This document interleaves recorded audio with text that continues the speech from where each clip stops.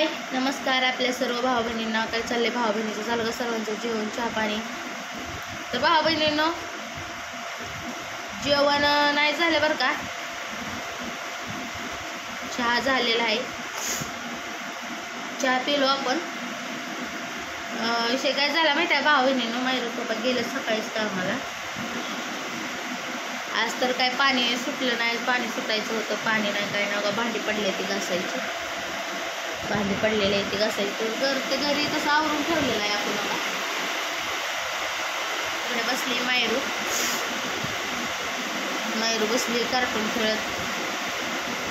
आता भरपूर तर पाऊस चालू आहे भाऊ बहिणीनं, तरी बी मायरीचे पप्पा सकाळी सकाळ कामाला गेलेत आहे.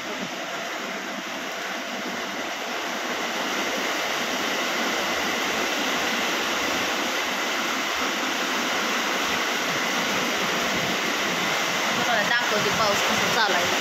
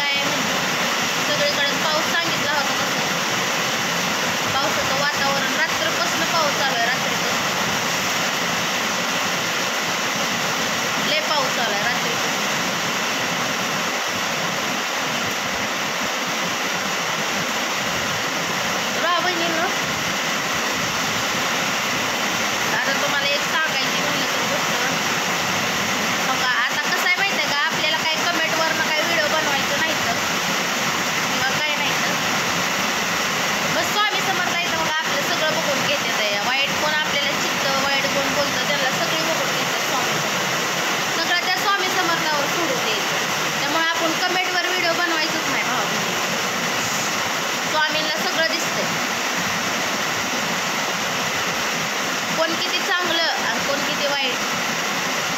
10 जण काय म्हणते की 10 वेळेस काय म्हणते 10 वेळेस जी वाईट वागतं ना भाऊ बहिणीनो, त्याला वाईट म्हणते ती.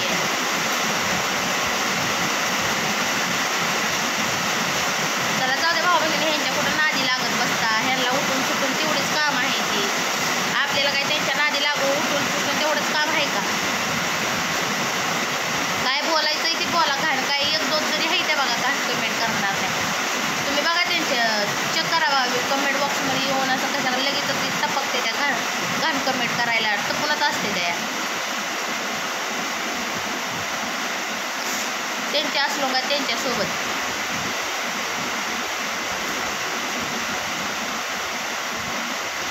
कालचं काय व्हिडिओ बनवलं होतं त्याला असं म्हणजे 1-2 जणींना लईच असं म्हणजे खालच्या पातळीच्या कमेंट केलेल्या आहेत भाऊ बहिणीनं.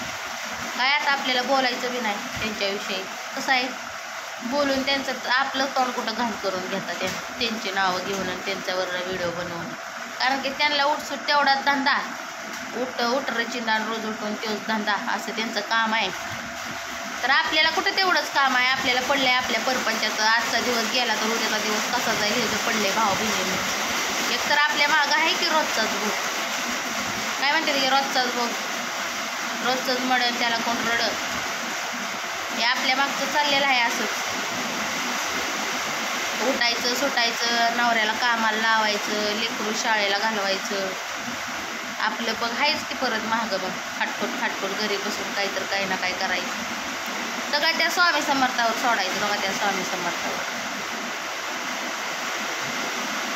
कसं आहे माहिती आहे का, आपण जर ते त्यांच्या नावाने व्हिडिओ काढलं किंवा काय केलं किंवा त्यांचा विचार जर डोक्यात धरून बसलो तर भाऊ बहिणीनं कसं आहे आपल्या डोक्याला टेन्शन होतं आहे. त्यामुळं व्हिडिओ काढायचं नाही आणि जास्तीत जास्त कमेंट बॉक्स बी वाचायचं नाही. जे आता चांगली भाऊ बहीण कमेंट करतात त्यांना मग त्यांच्यासाठी आपण व्हिडिओ कमेंट बघत असतो. आपण चांगल्या भाऊ बहिणीसाठी आपण कमेंट बघत असतो भाऊ बहिणीनं, पण ती घाण कमेंट करणारी बी असते ती की काही जण मजबुरीनं त्यांची बी कमेंट वाचावे लागते त्या बावळट लोकांच्या. 10 नसकी माणसं ती असते ती आणि ती दुसऱ्याला शिकवते ती. सर्वांचं जीवन आहे भावा बहिणीनं, जीवन हे लय मोठं आहे. सगळ्यांच्या जीवनात काय नाही गोष्टी घडत चाललेल्या असते त्या, पण ती इग्नोर करायची असतात, मागं टाकायची असतात पाठीमागं आणि पुढं चालायचं असतं. आता जर ह्या कमेंट आलेल्या त्या माणसाचं जर मी म्हणजे 2-3 आहेत ते बरं का असं, त्यांच्या जर डोक्यात त्यांचं जर ऐकत बघत बसली ना, तर त्यांच्या टेन्शन मी आज व्हिडिओ नाही बनवायची. मग व्हिडिओ नाही बनवली की काय होणार आहे सांगी, आमचंच व्हिडिओ म्हणजे मागं पडणार तसल्यांचं टेन्शन घेऊन. बरोबर आहे का? मग ते तेवढंच करायला आलेलं आहे. मग आपण डोक्यात धरायचं की आपल्यालाही कुठंतरी मागं खेचण्याचा प्रयत्न करतात घाण बोलून हे करून. कारण की ती दुसऱ्यांचं काही जर प्रगती होत असेल तर ती बघू शकत नाही की ना, त्यांची आदतच असते पुराणे दुसऱ्याला कुठं पुढं जाऊ द्यायचं नाही, आपण बी पुढं जायचं नाही. पण स्वामी समर्थांनी सांगितलंय वाईट कुणाला बोलू नका आणि वाईट गोष्टीकडे वळू नका आणि घाबरू नको, मी तुझ्या पाठीशी आहे. स्वामी समर्थांचंच बोल आहे भाऊ. आपल्याला ते स्वामींवर सगळं सोडून द्यायचं, आपण लक्ष द्यायचं नाही. पण किती काय केलं तरी भाऊ बहिणीनं कसं आहे त्या वाईट लोकांकडे बी लक्ष जातं. कसं आहे माहिती का, आपली चांगली भाऊ बहीण जी आहे ती काम करते, कमेंट करून आपल्याला चांगला संदेश देते. त्यांचं कमेंट वाचायला गेलं की त्यांच्या कमेंट असतात, मग मी काय करत असते वाचायचं आणि बसायचं ग, कुठं त्यांच्या नादी लागत बसता. आम्हाला कसं समजायचं कसं नाही ते तुम्हीच समजा, आम्ही बोलणार नाही तुम्हाला काय. चला, सकाळी मायरूच्या पप्पाला दिलं होतं सकाळी डब्बा ही करून आणि कामाला गेलं आणि आपल्या बँकेची कामं राहिलेली आहे ती भाऊ बहिणीवरती. तर काय आता मायरूचे पप्पा घरी जोपर्यंत राहत नाही तोपर्यंत काय आपल्याला म्हणजे बँकेची कामं करायला काही चान्सच नाही. आता आला उद्या रविवार, आज शनिवार, आज तर दुपारपर्यंत बँकेत चालू, उद्या रविवार तर बंदच, सोमवारीच काम येते. आणि मंगळवारी सोनोग्राफी करायची भाऊ बहिणी 27 तारखेला माझी, त्याच्यासाठी मी पैशाची जुळणा करायची. आता कसं आहे माहिती आहे का, आपल्याला काम काम करल त्यावेळेसच खायला मिळते, त्यावेळेस कुठली बी कामं होतात. आता एकटाच मायरूच पप्पा करणार आहे, तर घरात बसून मी तर काय करणार आहे. आपल्याला जे माझ्या पद्धतीनं घरातलं होतं आहे, जसं कामाला डबा ही असं उपाशी तर नाही लावत आपण त्यांना. का तर रानात काम करायचं म्हटल्यानंतर कुणाला बी करणार, जी कामं करते त्यालाच माहिती आहे आज, कारण की मी पण ह्याच्या आधी कामं केलेली आहे, त्यामुळं मला कळतं आहे उपाशापोटी कामच होत नाही. चला, म्हणलं भाऊ बहिणीसाठी एक व्हिडिओ बनवावा. परत भाऊ बहीण काय म्हणतात की आपली चांगली भाऊ बहीण म्हणतात व्हिडिओ बनवत जावा. आणि हो का, ह्याचं त्याचं मी तर डोक्यात घेत नाही आणि घेणार पण नाही, कारण माझ्या नवऱ्याला पण डोक्यात घेऊ देणार नाही. कारण कसं आहे, ही ती लोक असतात ना डोक्यात काय ना